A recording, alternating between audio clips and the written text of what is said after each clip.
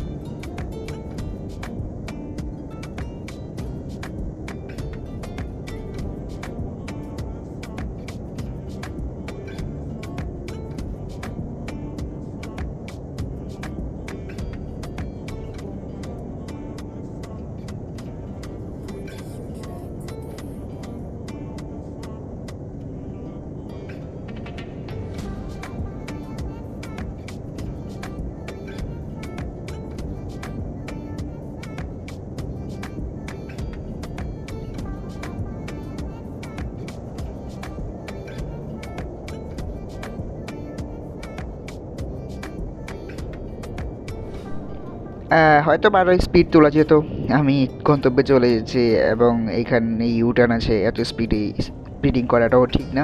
So আমরা এখানে slow করে ফেলেছি এবং ম্যাক্স স্পিড দেখতেই পেরেছেন 136 উঠেছে, চাইলে আরও বেশিও হয়তো তোলা যেত।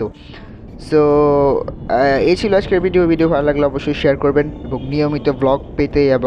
নিয়মিত ব্লগ পেতে অবশ্যই সাবস্ক্রাইব করবেন। আমি দেশের সব জায়গায় ঘুরে বেড়ানোর চেষ্টা করব, কিন্তু অবশ্যই আগে কুমিল্লা ঘুরবো, কাজ কুমিল্লাতে আমার বাড়ি।